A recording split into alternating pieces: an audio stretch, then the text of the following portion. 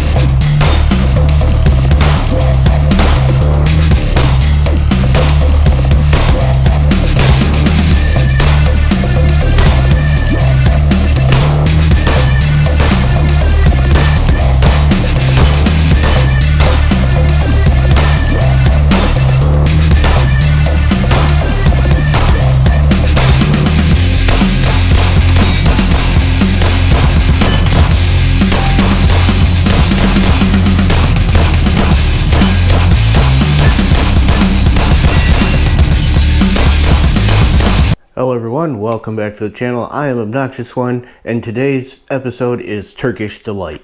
Alright, as you can see, we have two Turkish pistols here. We have the Canik TP9 Elite SC. We have the Sar9x Platinum, and they both have optics. So the first thing we're going to do is drop the mags. It is empty. It is empty. Nothing there. Nothing there. Are we good? The Canik TP9 Elite SC with the 15 round magazine in it has a capacity of 15 plus 1. It also comes with a 12 round magazine. The Sar9x Platinum with the 17 round magazine in it, which is marked as 15, has a 17 plus 1 capacity, and it comes with a plus 2 base pad on the other one to give you 19 plus 1. The MSRP on the Canik TP9 Elite SC is $400, right around there, without the optic. The Sar9x MSRP is about $500, again, without the optic. The trigger weight on the Canik is about 4 pounds, exactly. There is the reset. Has a very nice audible tactile reset, and it's 4 pounds. Right out of the box this thing was 4 pounds, so it's got a really nice trigger in it. The trigger on the Sar9x I have replaced with a Freedom Smith trigger, which is just the trigger shoe. Doesn't give you the trigger bar or anything, and I did the Glock trigger job in this one. This one is coming in right now at 3 pounds 12 ounces, so it's a little lighter than the Canik, and it's not bad now that I've done the trigger job on it. It was pretty gritty beforehand. It's not bad now. It's definitely better. The Freedom Smith didn't really change anything to it. It just gave me a flat face trigger that breaks it. 90 degrees on there. Now, as far as the feel in hand of these two triggers, even after doing the Glock trigger job on this one and changing to the Freedom Smith trigger, I just like that Canik trigger better. I think that Canik trigger is smoother. It feels lighter, even though it's not. And I like it better than what I like the Sar. Now, the Sar isn't a bad trigger. It's not horrible. It's about like your standard Glock, and even doing with the Glock trigger job on it, it's not bad. But the Canik trigger just feels better to me. Now, the weight empty of the Canik TP9 Elite SC with the 15 round magazine in it is 1 pound 9 ounces. The Sar9x Platinum is 1 pound 12 ounces with the 17 round magazine in it. The weight loaded on the Canik with 6-hour V-Crown 124 grains is right at 2 pounds. With the same ammo in the Sar9x Platinum, it is 2 pounds 3 ounces. The overall length on the Canik is 6.75 inches. The overall length on the Sar9x Platinum is 7.5 inches. And that, of course, is because the Canik has a 3.6 inch barrel. The Sar9x Platinum has a 4.4 inch barrel. Now, the overall height on these, the Canik is 5 inches plus the optic. The Sar9x is 5.5 inches plus the optic, and that is with the magazines in them. Now, if we put them side by side on top of each other here, you can see that the Sar is definitely longer on both the overall length and the height on them. Now, the width of these two, the Canik actually comes out a little bit wider at 1.5 inches. That's because of this giant slide stop on here. The Sar9x is 1.4 inches. Now, as far as some of the other specs, the Canik has a blackout rear sight and a phosphorus front sight, which will co-witness with the Shield or SMS2 that I have on here. The Sar has just 3-dot sights. They are the phosphorus as well, but once I put on the Swamp Fox on here, they do not co-witness with it. They both have replaceable back straps on them. The Sar also has replaceable side panels on it. As you can see, the Sar has trigger guard serrations. The Canik does not. The Canik has an ambidextrous slide release, slide stop.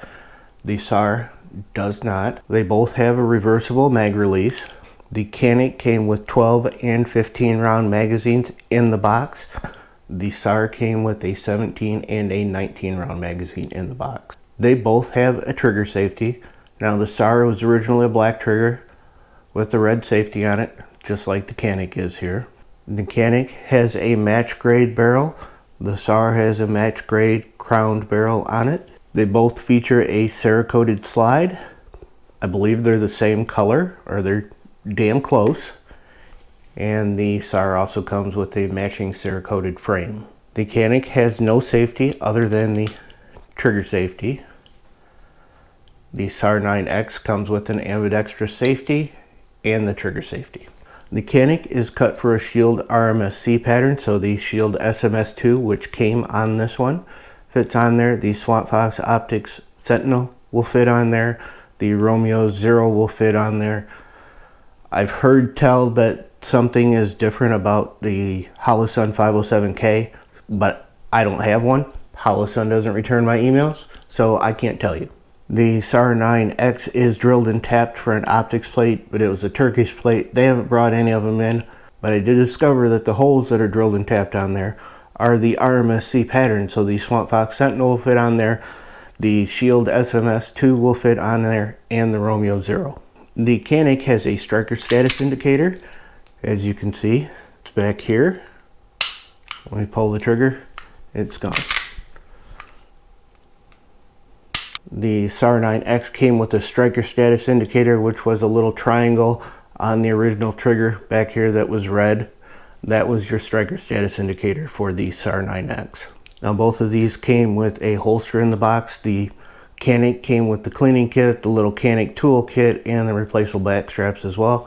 The Sar9x comes with all that, came with a mag carrier and a light as well. The Canik has a loaded chamber indicator on the slide. The Sar9x does not come with a loaded chamber indicator. Now, as far as holster compatibility on these two, now that I have added the optic on this one of course came with it. This will fit in the holster that came with it, as will the Sar9x. Now, 1791 also came out with an optics ready holster. I did buy that because they didn't answer my emails. The Canik will fit in that, and it carries fine, has good retention, but the holster is quite a bit longer than the Canik. The Sar9x fits in there perfectly, doesn't leave a bunch of holster underneath the barrel, also has good retention in it. So I hope you guys liked the Canik TP9 Elite SC versus the Sar9x Platinum. Like, share, and subscribe. We'll catch you on the next one.